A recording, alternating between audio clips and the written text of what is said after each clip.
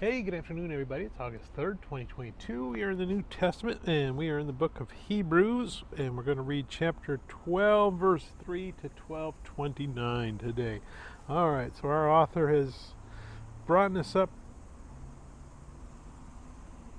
showing us that Christ is superior to everything that came before in the lives of his audience. He's better than anything that's come before in our lives. We need to follow him with faith, love, perseverance. And he just gave us some good examples of faith from the Old Testament. He's going to continue talking about faith. He's going to talk about the perseverance. As sons of Christ, we are going to be disciplined. We have to be trained to be righteous.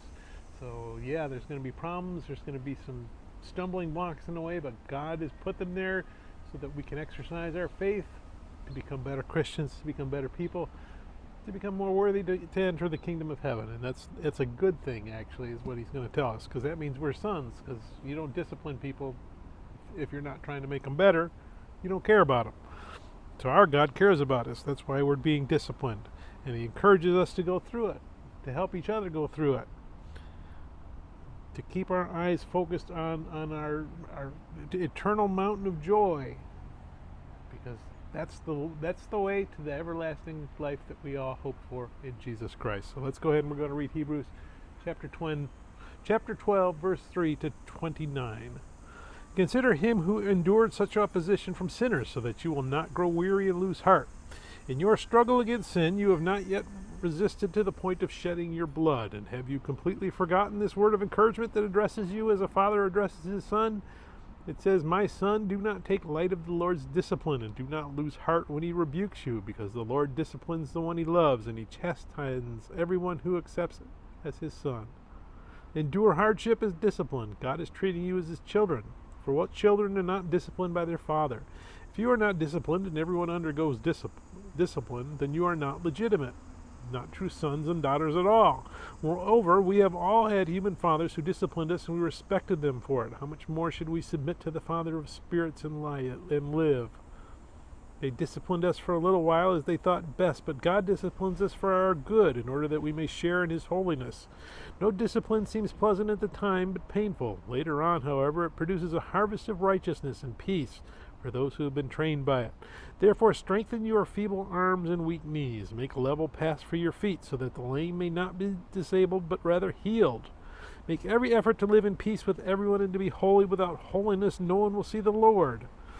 See to it that no one falls short of the grace of God, and that no bitter root grows up to cause trouble and defile many. See that no one is sexually immoral or godless like Esau, who for a single meal sold his inheritance rights as the oldest son. Afterward, as you know, when he wanted to inherit this blessing, he was rejected. Even though he sought the blessing with tears, he could not change what he had done.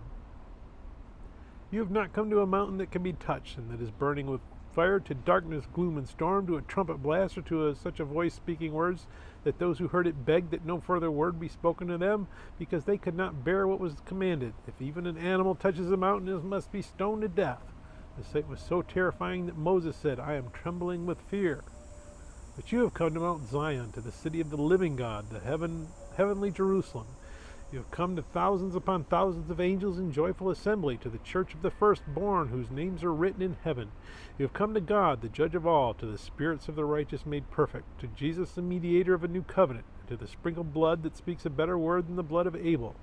See to it that you do not refuse him who speaks. If they did not escape when they refused him who warned them on earth, how much less will we, if we turn away from him who warns us from heaven? And at that time his voice shook the earth. But now he has promised, once more I will shake not only the earth, but also the heavens. The words once more indicate the removing of what can be shaken, that is, created things, so that what cannot be shaken may remain. Therefore, since we are receiving a kingdom that cannot be shaken, let us be thankful, and so worship God acceptably with reverence and awe, for our God is a consuming fire. May God bless the reading of his word, and may God bless you. Bye.